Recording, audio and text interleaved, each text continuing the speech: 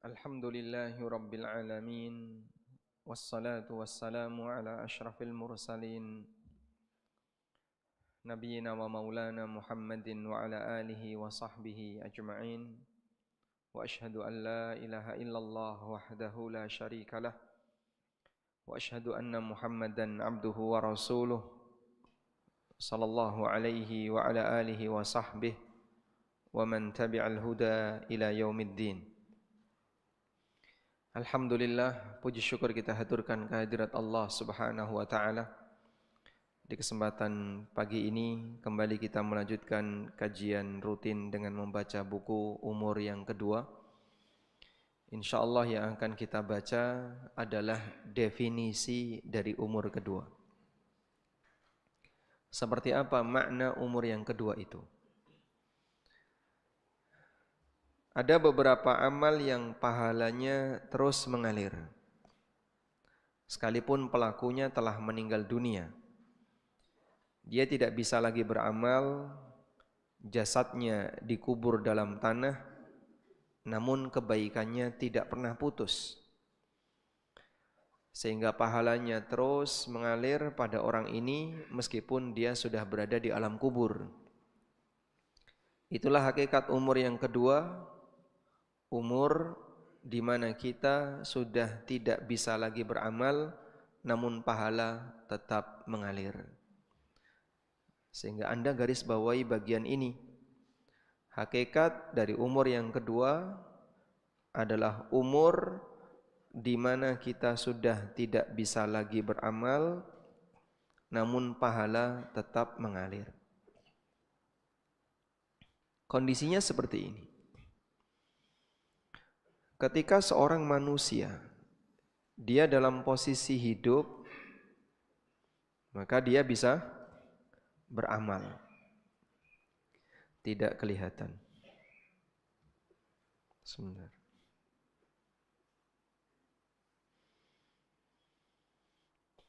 Pada posisi manusia ketika dia masih hidup, dia bisa beramal. Dari kegiatan dia beramal, apabila diterima, maka amal itu bagaimana? Berpahala. Pertanyaannya, setelah orang mendapatkan pahala dari amalnya, pahalanya ini bisa hilang atau tidak? Bisa hilang atau tidak? Bisa. Kapan pahala itu hilang? Ketika dia melakukan perbuatan yang bisa menghapus pahala. Sehingga pahala ini apakah bisa hilang? Jawabannya bisa. Kapan dia bisa hilang pahala? Jawabannya bisa ya. Bisa saat dia melakukan perbuatan yang menghapus pahala.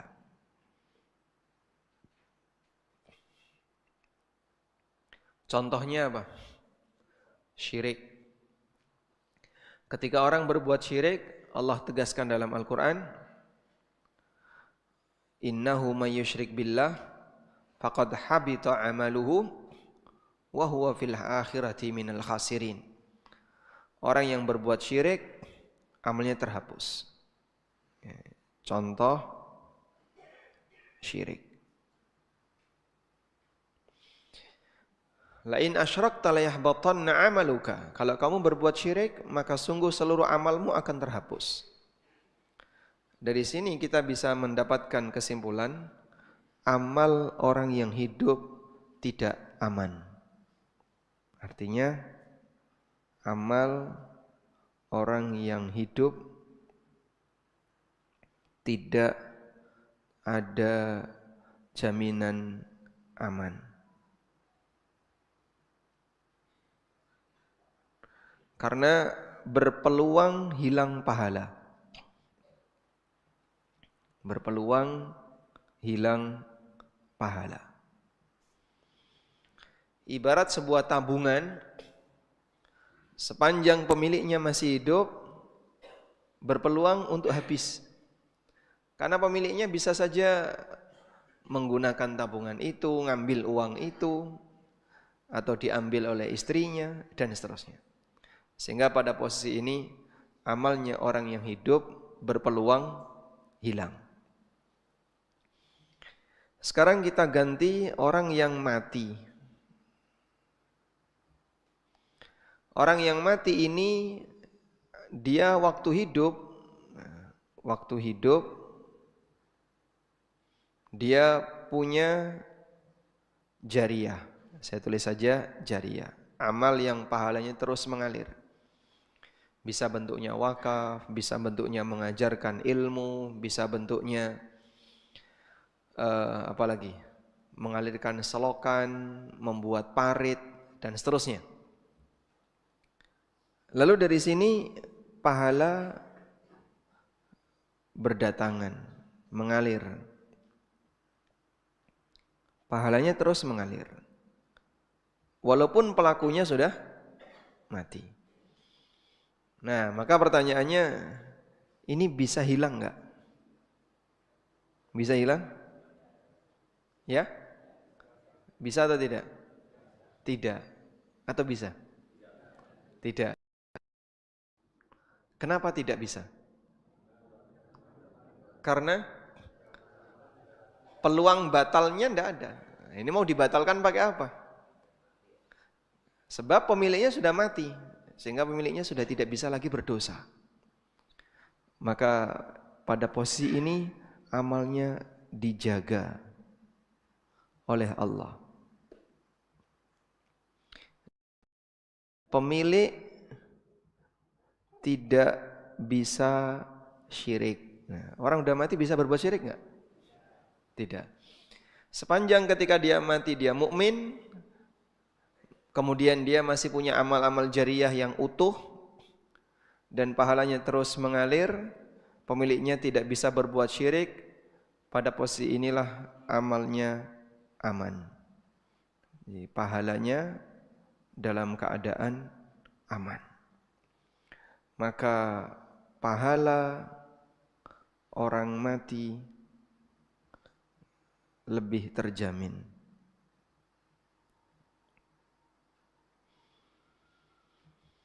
Dan Allah Subhanahu wa taala berkali-kali menegaskan dalam Al-Qur'an, "Innallaha la yudhi'u ajral muhsinin." Sesungguhnya Allah tidak menyia-nyiakan amalnya orang yang berbuat baik. Ada beberapa ayat yang bisa kita baca. Bagaimana janji Allah Subhanahu wa taala dalam menjaga amal para hambanya. Innallaha la yudhi'u, contohnya di sini, innallaha la yudhi'u ajral mu'minin. Allah Subhanahu wa taala tidak akan menyia-nyiakan pahala orang yang beriman, di surat Ali Imran ayat 171. Di surat At-Taubah ayat 120, innallaha la yudhi'u ajral muhsinin. Di surat Hud ayat 115, innallaha la yudhi'u ajral muhsinin. Sehingga pahalanya orang yang beriman tidak akan disia-siakan oleh Allah. Biasanya ini bisa dibuka, kayaknya ada yang coba kita menuju Ali Imran ayat berapa tadi? 171.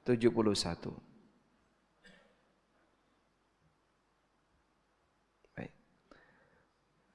Dalam Ali Imran ayat 171 Allah menegaskan wa annallaha la yudhi'u ajral mu'minin. Allah tidak akan menyia-nyiakan pahala orang yang beriman. Sehingga ketika amal itu ada di sisi Allah, diterima oleh Allah, tidak akan dihilangkan oleh Allah. Sebab Allah tidak pendolimi hambanya, apa yang dimiliki oleh hambanya dijaga oleh Allah. Dan dia zat yang maha benar, selalu menjaga, dan dia sebaik-baik zat yang menjaga, hafizun. Maka al-hafidh Allah Subhanahu wa ta'ala akan selalu menjaga amal hambanya dan kemudian diserahkan kepada pemiliknya pada waktunya. Selanjutnya jamaah, di sini ada bagaimana Allah menceritakan tentang dirinya, sifat Allah terkait atau gini, perbuatan Allah terkait amal hamba. Perbuatan Allah terkait amal hamba. Yang pertama, Allah tidak pernah lupa. Allah tidak pernah lupa.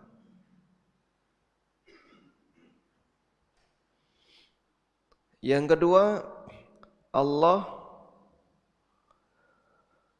mencatat semuanya, sehingga tidak ada yang kececer, tidak ada yang tercecer. Faman ya'mal mithqala dzarratin khairan yarah wa man ya'mal mithqala dzarratin syarran yarah. Yang berbuat baik walaupun seberat dzarrah dia akan melihatnya. Yang berbuat buruk walaupun seberat dzarrah dia juga akan melihatnya. Enggak ada yang kececer. Yang ketiga, Allah jaga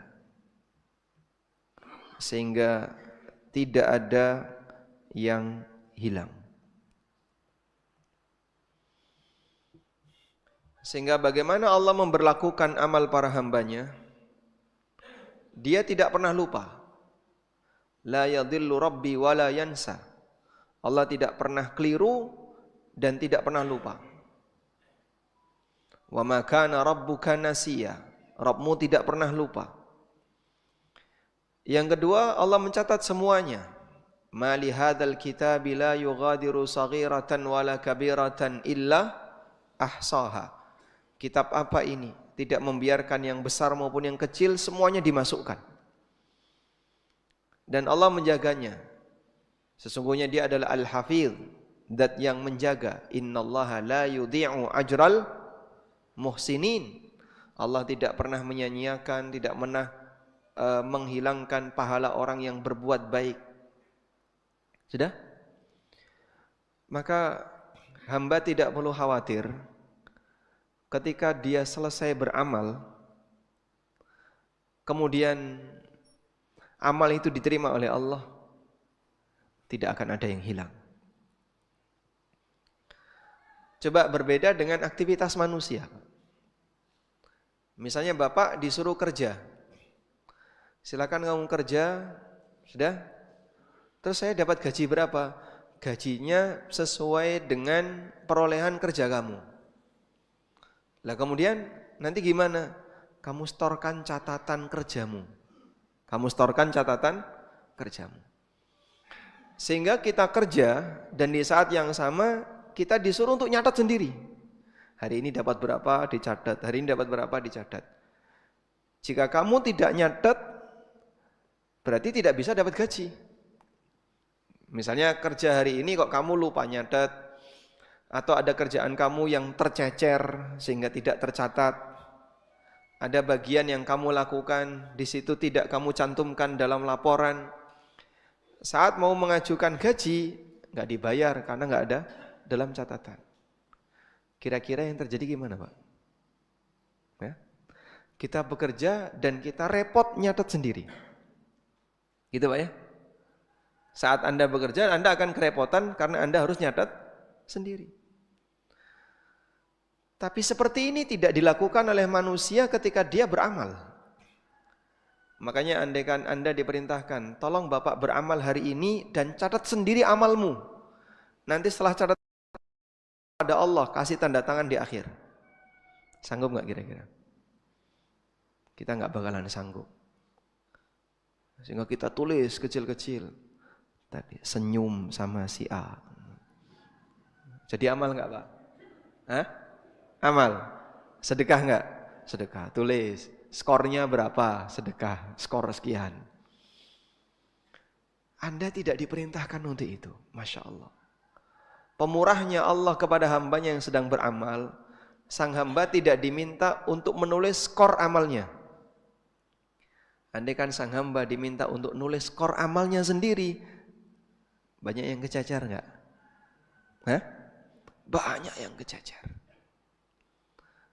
Belum lagi kalau dia diminta untuk menulis dosa. Baik, yang ini catatan amal kebaikan, satunya lagi catatan amal keburukan. Itu andaikan hambanya 100% jujur, ada nggak kira-kira yang terlupakan? Ada? Ada. Banyak yang kemudian tidak tertulis di situ. Kenapa? Lupa memasukkan. Maka jamaah, saat kita beraktivitas, kadang kita diberi kemudahan oleh Allah. Saat kita beramal, kita diberi kemudahan oleh Allah. Yang penting pokoknya silahkan beramal sebanyak-banyaknya, dan perbuatanmu tidak ada yang kececer, semuanya dicatat oleh Allah Ta'ala, baik yang besar maupun yang kecil. Terus setelah catatannya jadi, dijaga oleh Allah, dan tidak ada yang lupa, tidak ada yang hilang, lalu diberikan kepada pemiliknya pada waktunya, sesuai yang Allah kehendaki. Kadang misalnya begini ya, Anda bertransaksi dengan orang lain, tapi di situ melibatkan utang piutang. Sehingga misalnya ngambil barang, terus bayarnya nanti, ngambil lagi bayarnya nanti, dan seterusnya. Sing juko konsumen Anda nggak pernah mau nyatet. Waton ngambil. Penjualnya yang disuruhnya nyatet. Kira-kira penjualnya punya kerjaan tambahan nggak? Iya, dia punya kerjaan tambahan. Oh, kue enak mengkarek juga, aku sing nyateti. Dan dalam nyatet itu belum tentu semuanya masuk. Kadang ada yang kececer, kadang ada yang lupa. Kemarin ngambil apa ya? Oh iya, ngambil 10 barang. Apa saja? Sebutkan, lali. Lali itu jadi beban pikiran enggak? Jadi beban pikiran. Sehingga saat itu jadi beban pikiran, dia malah enggak fokus mikir dagangan, tapi lebih fokus mikir catatan utang. Di sini ada catatan utangnya si A, catatan utangnya si B, catatan utangnya si C. Jaga itu berat enggak, Pak? Khawatir hilang. Apalagi kalau kemudian Anda punya transaksi yang melibatkan utang piutang, dicatat. Wah, itu jaga memori utang piutang itu lumayan. Apalagi kita di posisi sebagai orang yang memberi uang. Saya pernah terlibat seperti itu dan saya disuruh nyateti. Akhirnya saya pusing, wes. Setelah itu tak tutup, dah. Besok lagi saya malah pusing nyateti daripada sebatas memberi. Jadi mereka yang nggak nyatet kadang dia merasa nyaman karena tinggal ngambil. Sing nyateti, sing pusing. Itu baru pada satu urusan. Bisa dibayangkan, andaikan Anda diminta untuk nyateti kinerja karyawan yang jumlahnya ratusan. Sebagai supervisor, tolong kamu buat laporan untuk 100 karyawan kamu. Masya Allah, guru yang gawe rapot untuk 10 siswa saja sudah keberatan. Sehingga harus menentukan nilai-nilai untuk semua mata pelajaran. Itu guru kerepotan. Guru yang sedang mengajukan sertifikasi, dia kan harus melaporkan apa, Pak? Semua kredit yang sudah pernah dia lakukan ya. Aktivitas kamu di sekolah apa? Tolong kamu laporkan. Akhirnya yang terjadi malah sibuk bikin laporan daripada sibuk nyusun pelajaran. Tapi tidak seperti itu yang terjadi pada hamba ketika dia beramal. Allah yang mencatatnya, Allah yang menjaganya, Allah tidak ada yang melupakannya, dan Allah yang akan memberikannya pada waktunya. Maka silakan beramal, jangan takut ada yang hilang. Allah tidak akan menyia-nyiakan pahala orang yang berbuat baik. Nah, kemudian di saat yang sama jamaah, ketika kita tahu bahasanya Allah tidak lupa. Allah tidak lupa. Pada posisi ini, sikap manusia ketika dia berbuat, ada yang baik, ada yang buruk. Saat manusia berbuat baik dan berbuat buruk, pertanyaannya, mana yang lebih sering kita lupakan, amal baik atau amal buruk? Ya, amal buruk. Kita mungkin sering lupa dengan yang namanya amal buruk. Padahal Allah Subhanahu wa taala menegaskan bahwa semua dicatat oleh Allah Subhanahu wa taala. Allah mengatakan ahsahullahu wa nasu. Ahsahullahu wa nasu di surat Al-Mujadilah ayat 6 menuju surat Al-Mujadilah ayat 6. Allah Subhanahu wa taala selalu menghitungnya, padahal manusia selalu melupakannya. Maka demikianlah keadaan hamba. Dia banyak melupakan perbuatan maksiat yang dia lakukan. Dan dia perlu ingat, ahsahullah wa nasu. Yauma yab'atsuhumullahu jami'an. Pada hari di mana Allah akan membangkitkan mereka semuanya.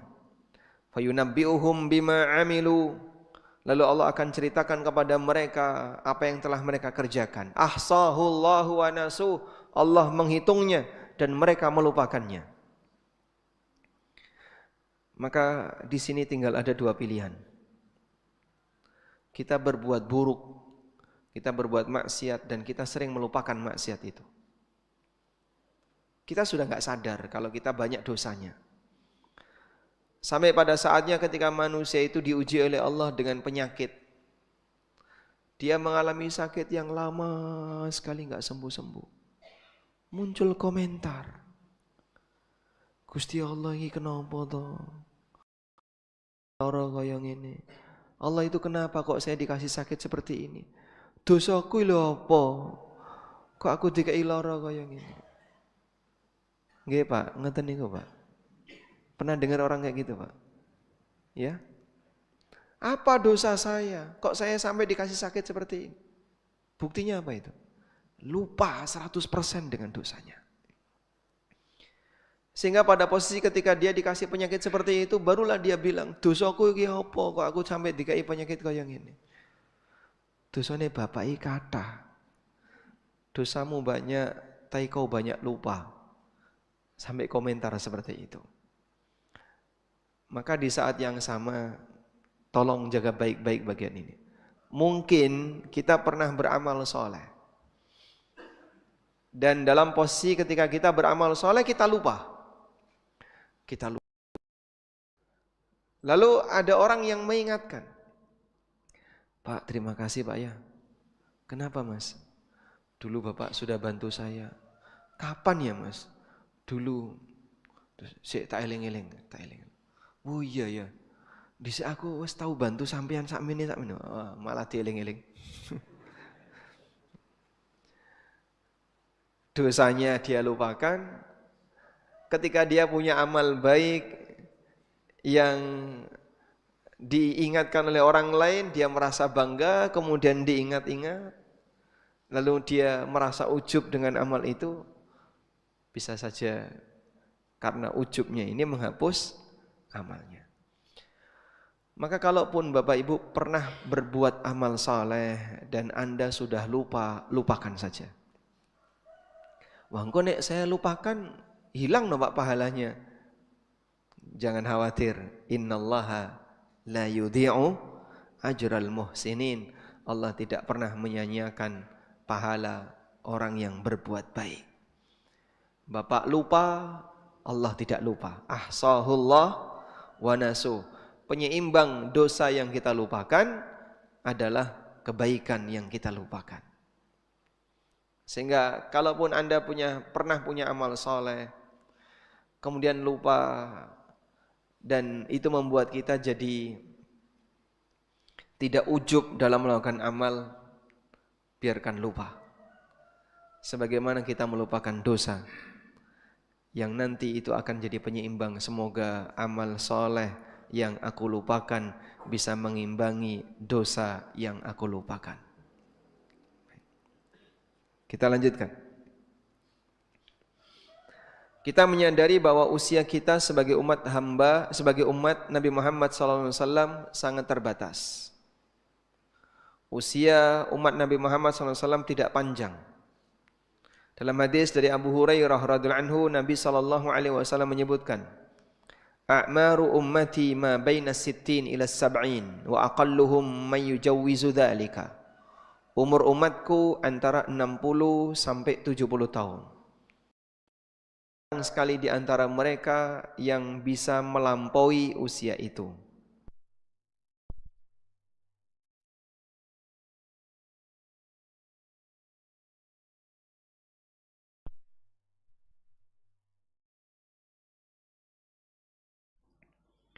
Dan walhamdulillah di negara-negara Islam tingkat kelahirannya lebih tinggi daripada tingkat kematian.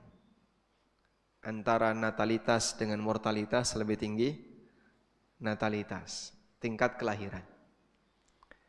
Di negara-negara kafir, Eropa, Amerika, Jepang, mereka kawin tapi tidak ingin punya anak.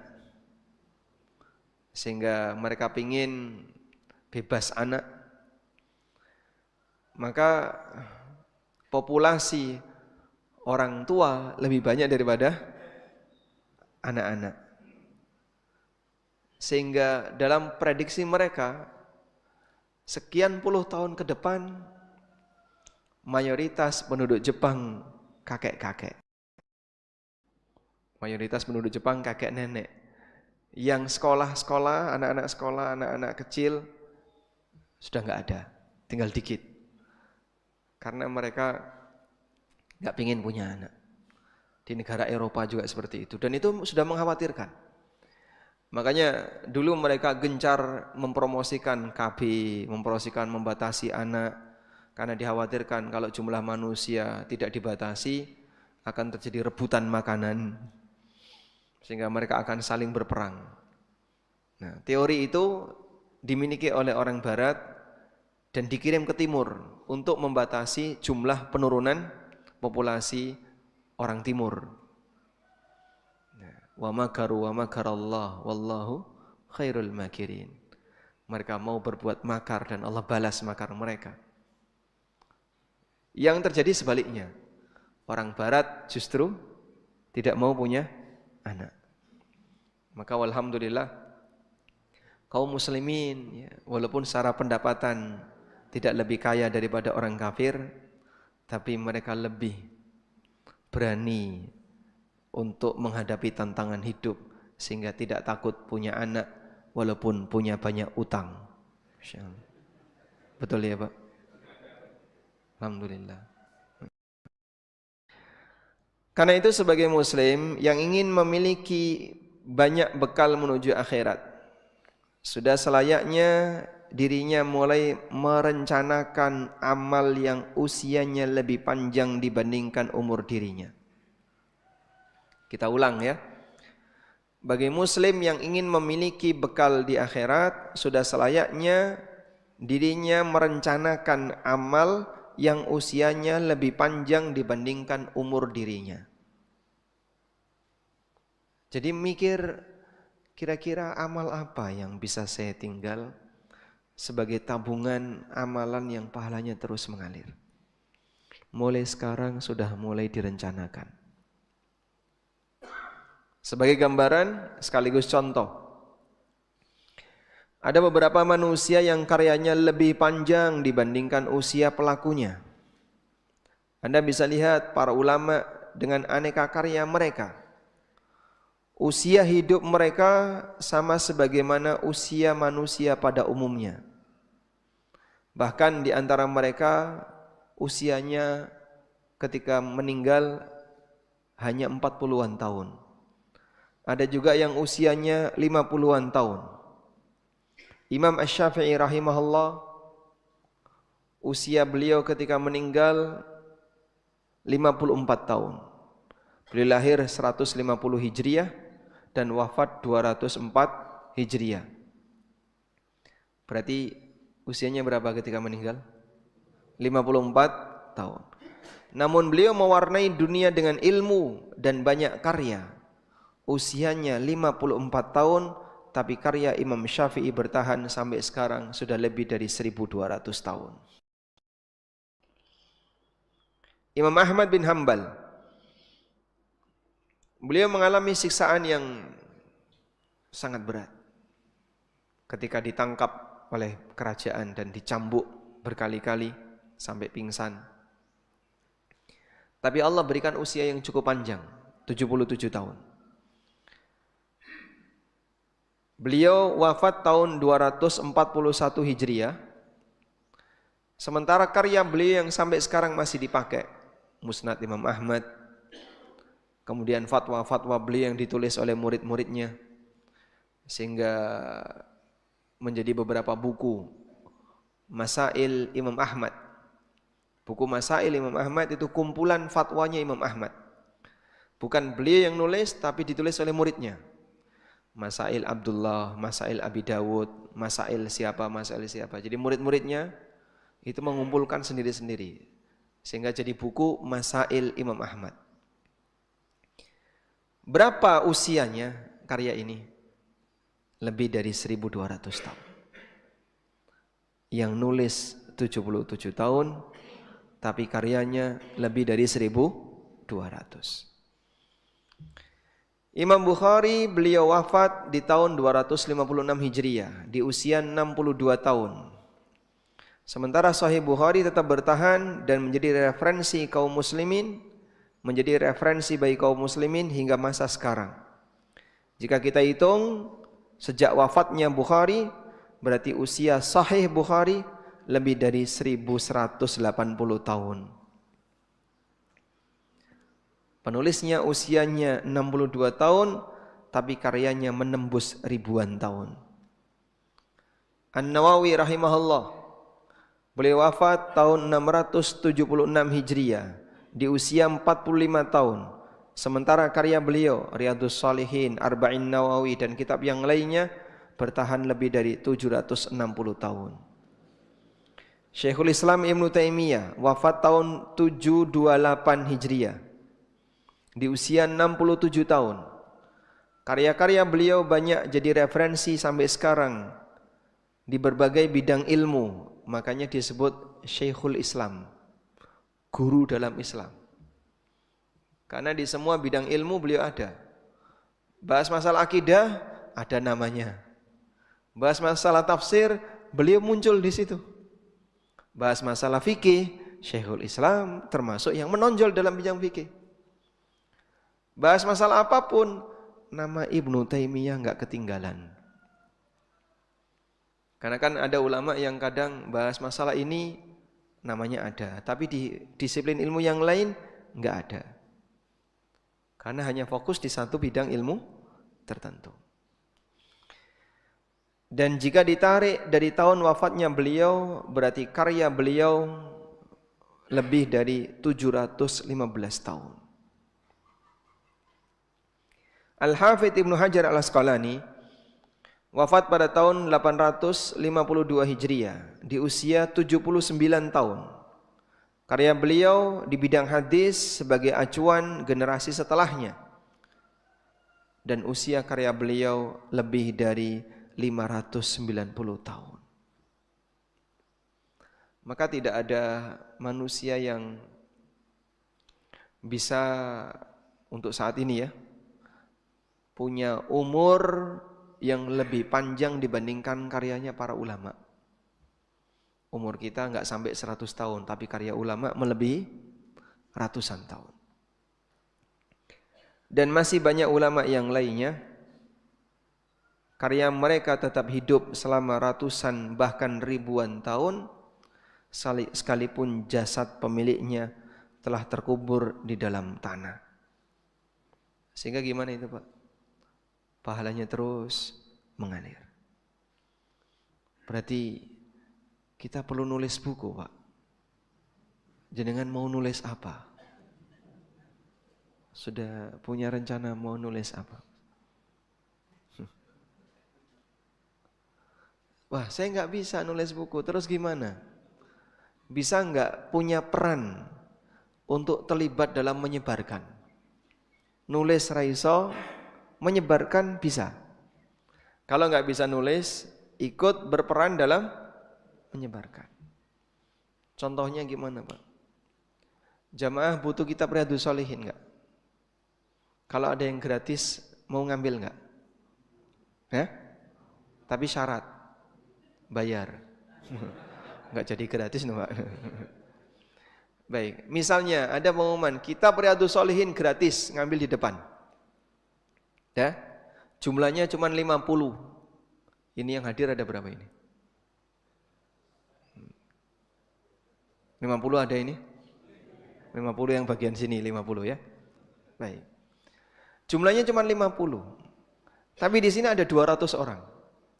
Kitabnya tersedia di luar. Saya yakin rebutan metu dhisik. Untuk dapat kitab gratis. Baik. Kenapa bukan kita yang menyediakan?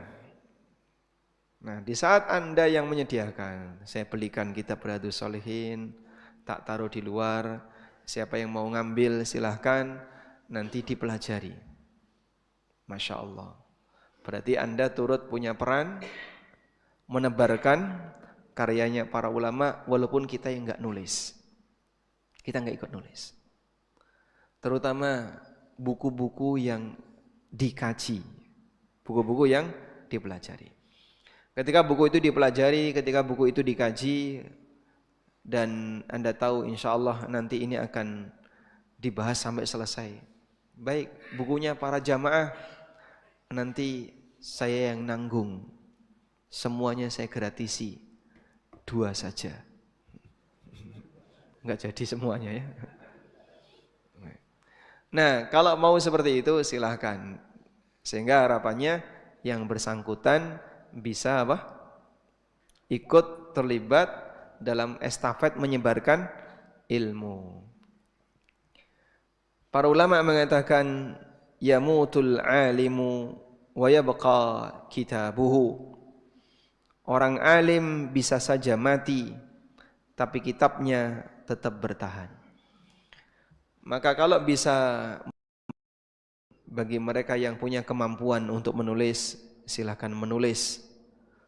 Kalau bisa menyebarkan tulisan orang lain, silakan ikut menyebarkan.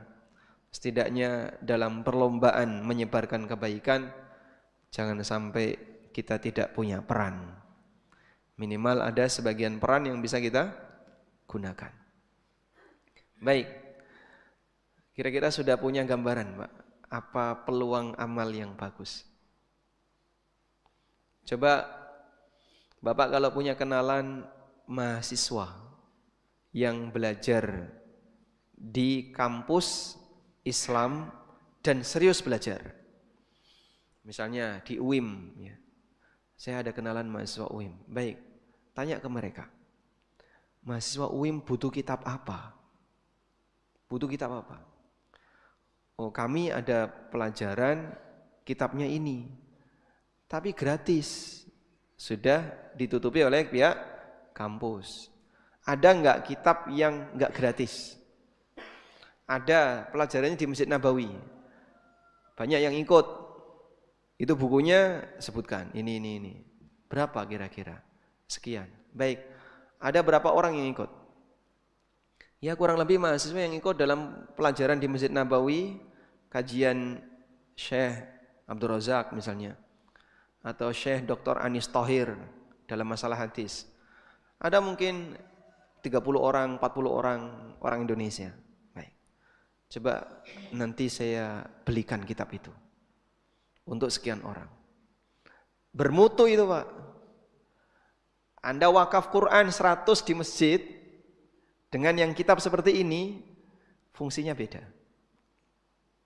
Sehingga yang wakaf buku-buku tadi betul-betul dibaca. Yang wakaf Quran belum tentu dibaca. Coba misalnya Quran di sana ya, di pojok sana. Ada enggak yang dibuka setahun sekali? Hah? Bukanya kapan itu? Ramadan. Pas Ramadan saja dibuka. Itu pun kalau kesentuh Pak. Dan kadang yang tadarus cuma 10 orang, mushafnya 30. Sehingga yang dipakai cuma 10, sisanya nggak dipakai. Nah, seperti ini butuh strategi dalam menentukan apa yang kira-kira dimanfaatkan. Kalau sudah tidak dimanfaatkan, ya tidak perlu kita taruh tambahan. Karena Anda naruh tambahan, maka Anda tidak akan mendapatkan amal yang signifikan ya, dari apa yang Anda lakukan. Mahasiswa Lipia misalnya. Mahasiswa Lipia butuh kitab apa? Butuh kitab ini, kitab ini, kitab ini. Baik. Berapa jumlahnya yang kira-kira butuh itu? Ada sekian orang. Tak belikan, tolong kasihkan ke mereka. Efisiensi seperti ini perlu dipikirkan. Agar saat kita ngasih itu efisien. Jangan terus selalu Quran. Memang wakaf Quran itu bagus. Termasuk di antara amal yang pahalanya terus mengalir. Masalahnya dipakai atau tidak. Kalau nggak pernah dibaca, ya cuma ditumpuk saja. Tapi kalau dibaca, walhamdulillah, yang bersangkutan akan mendapatkan pahala. Kemarin ada salah satu donatur yang beli buku saya, Pengantar Ilmu Waris. Terus dikirim ke STDI Imam Syafi'i di Jember. Karena di sana ada pelajaran ilmu waris dan buku itu dibagikan gratis kepada para mahasiswa yang dapatnya karena terbatas. Sehingga jadi salah satu referensi mereka untuk belajar. Itu salah satu contohnya. Dan masih banyak yang lain. Bapak Ibu bisa carikan apa kira-kira amal yang efisien sehingga ketika Anda keluar harta itu betul-betul termanfaatkan.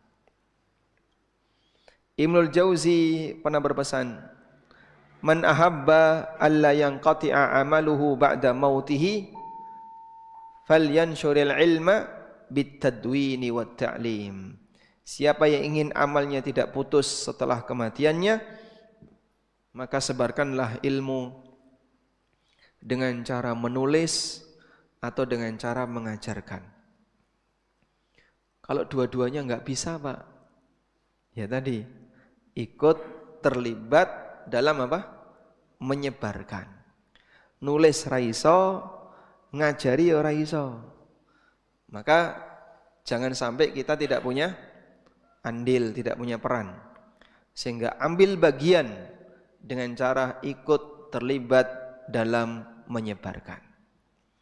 Wallahu a'lam. Demikian, semoga bermanfaat. Wassallallahu ala nabiyyina Muhammadin wa ala alihi wa sahbihi wasallam.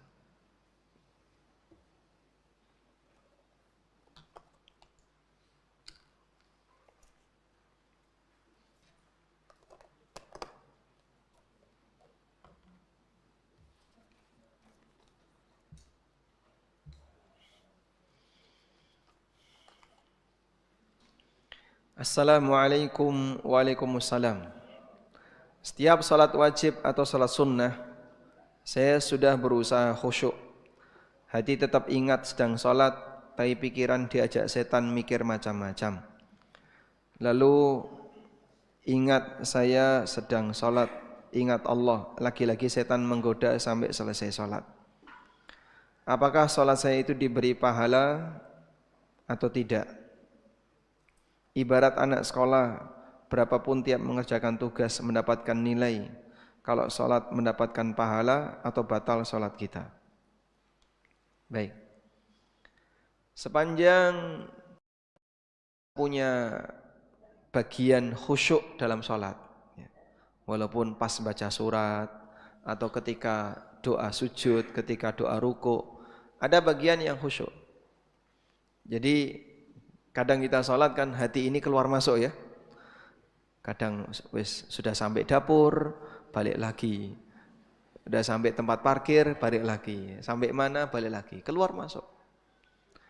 Nah, sepanjang masih ada kondisi khusyuk tadi, maka insya Allah masih sah. Dan dapat pahala sesuai dengan tingkatan kekhusyuannya. Ibnu Abbas pernah mengatakan, wa ma kutiba min salatika illa ma aqala minha. Kamu tidak mendapatkan pahala dari salatmu kecuali senilai berapa lama kau sempat khusyuk ketika sholat. Oleh karena itu Nabi SAW pernah menyebutkan tentang orang yang selesai sholat tapi pahalanya bertingkat. Wa innal abda la yansarifu min salatihi wa ma kutiba lahu illa nisfuha au thuluthuha au rubu'uha au ushruha. Ketika hamba selesai sholat, pahala yang dia dapatkan hanya setengahnya, sepertiganya, seperempat, seperlima, sepersepuluh. Bisa jadi seperseratus, bisa jadi seperseribu. Tergantung apa? Tingkat khusyuknya. Sehingga kalau misalnya daripada sholat enggak khusyuk-khusyuk, rasa sholat. Salah atau benar? Salah. Semua kita pasti ketika sholat tidak bisa khusyuk 100%. Maka nek ra iso kabeh aja ditinggal kabeh. Kalau tidak bisa 100%, jangan tinggalkan 100%. Adakah kadar minimal pengetahuan atau ilmu yang kita ketahui untuk menjadi syarat kalau kita melanggar akan mendapat dosa? Misal, saya mengetahui dari orang kalau sajen itu dosa tanpa dikasih tahu dalilnya. Apakah ini sudah bisa jadi sebab saya kena dosa jika melakukan sajen? Jadi mungkin maksud beliau ketika orang berbuat maksiat pada posisi dia sudah tahu kalau itu maksiat. Nah, tingkat taunya seberapa sehingga masuk dalam kategori dia telah berdosa. Baik. Jadi ceritanya kayak gini. Berbuat dosa. Di situ atau berbuat maksiat. Saya tulis ya, berbuat maksiat. Ketika orang berbuat maksiat, di situ ada yang berdosa, ada yang tidak berdosa. Pada asalnya orang yang berbuat maksiat itu berdosa. Ini pada asalnya ya. Sebagaimana orang yang berbuat taat berpahala pada asalnya. Maka yang hukum asal ini enggak perlu ditanyakan alasannya. Alasannya apa sih berbuat maksiat kok dosa? Alasannya apa berbuat maksiat kok dosa? Nah, sing jenenge maksiat ya dosa. Alasannya apa sih kalau makan kok kenyang? Perlu dijelaskan ya? Hah? Coba jelaskan secara logika ya. Alasan orang yang makan bisa kenyang. Sampean mangan weh Mas, sampean mangan weh. Warak orang Mas, warak ya weh selesai. Perlu nggak dijelaskan kayak gitu? Nggak perlu. Nah yang seperti ini nggak perlu dikasih penjelasan. Alasannya apa? Orang yang bermaksiat kok berdosa? Namanya maksiat ya dosa. Itu sudah menjadi hubungan implikasi yang tidak bisa dibantah. Maka jika maksiat orangnya berdosa itu paten ya. Sudah?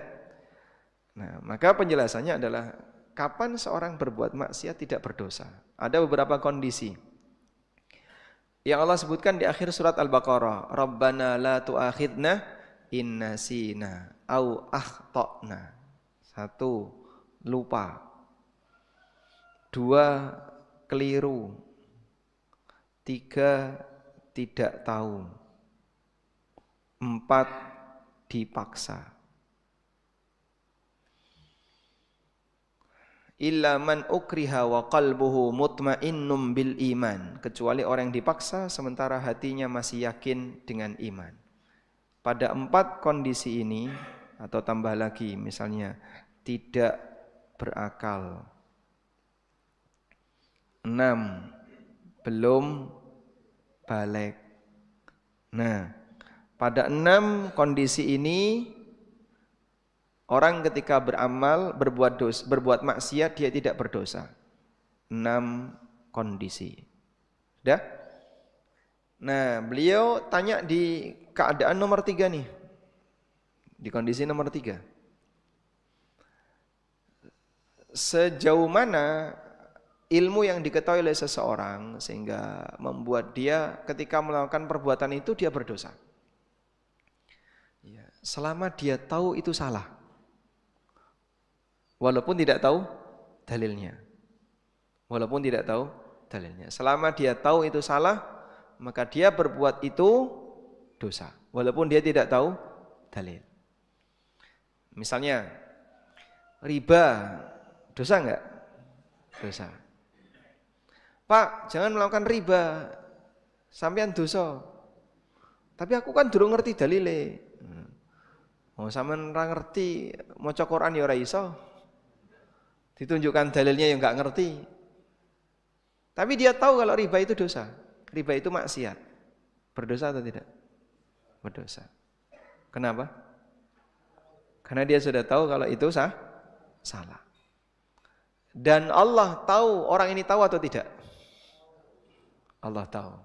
Maka ketika Allah tahu, dia enggak bisa beralasan. Aku enggak ngerti kok. Yang penting kan aku ora ngerti. Yang penting aku ora ngerti kok. Ngerti dia, yang penting ora ngerti. Orang nggak tahu, suasananya juga kayak gitu. Oh iya tuh kalau ini salah ya. Baru tahu saya kalau ini salah. Nah itulah yang nggak tahu. Tapi kalau dia bilang, Pak ini nggak boleh, ini dosa, ini maksiat. Tapi kan aku nggak tahu kalau ini maksiat. Loh, kok malah tapi kan aku nggak tahu.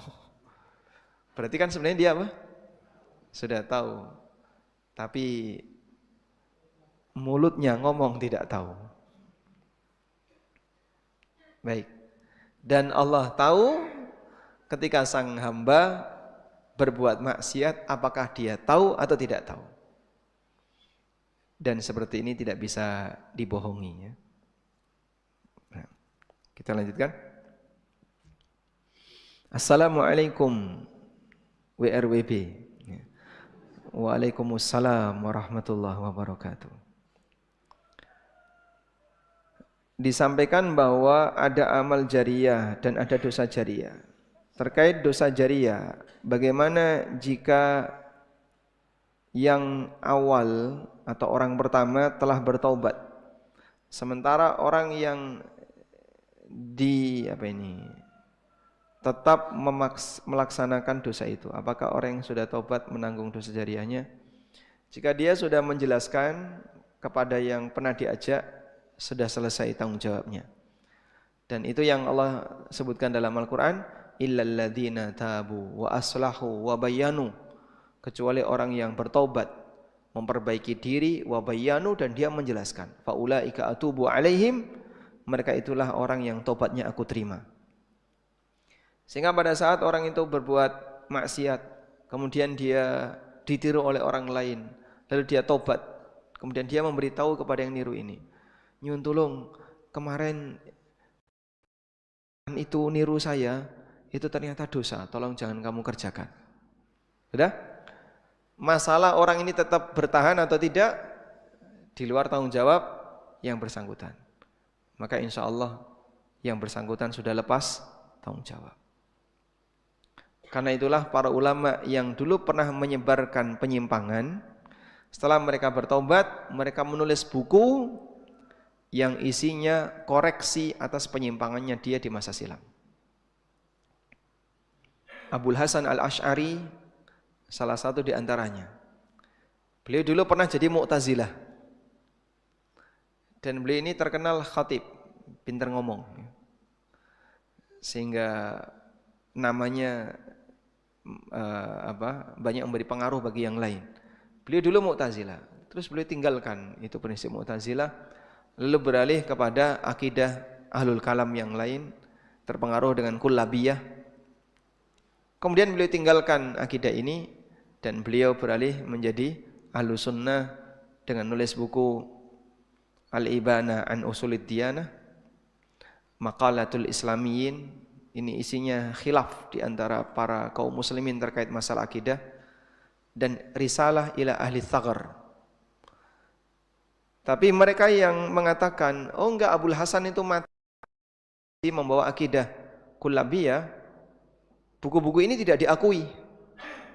Buku-buku seperti ini tidak diakui. Kami tidak mengakui kitab Al-Ibana, tidak mengakui kitab Risalah ila Ali Thagr sebagai karyanya Abul Hasan. Nah, jadinya mereka menolak bagian dari perjalanan sejarah tokoh tertentu karena orangnya sudah tobat. Sementara sebagian yang mengikuti masih mempertahankan kondisi sebelumnya. Ya. Dan Allah Maha tahu siapa yang jujur di antara kita. Assalamualaikum. Waalaikumsalam. Apakah boleh membaca Al-Fatihah setiap memulai kegiatan taklim dan mengirim buat orang yang sudah wafat? Kalau rutin seperti itu, ya perlu dipertanyakan, kenapa kok rutin seperti itu? Ya sempatnya hanya pas ini. Baik. Kemudian yang kedua, apakah sampai bacaan Quran dikirim kepada orang yang sudah mati?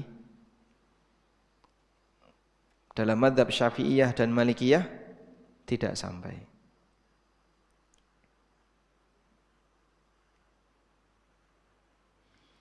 Mohon penjelasannya tentang fermentasi sourdough starter. Apa itu?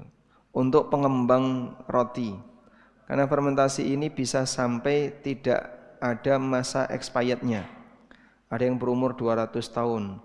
Saya lihat di YouTube, untuk kehati-hatian kita dalam membeli roti, takut konsumsi yang tidak diperbolehkan dalam syariat.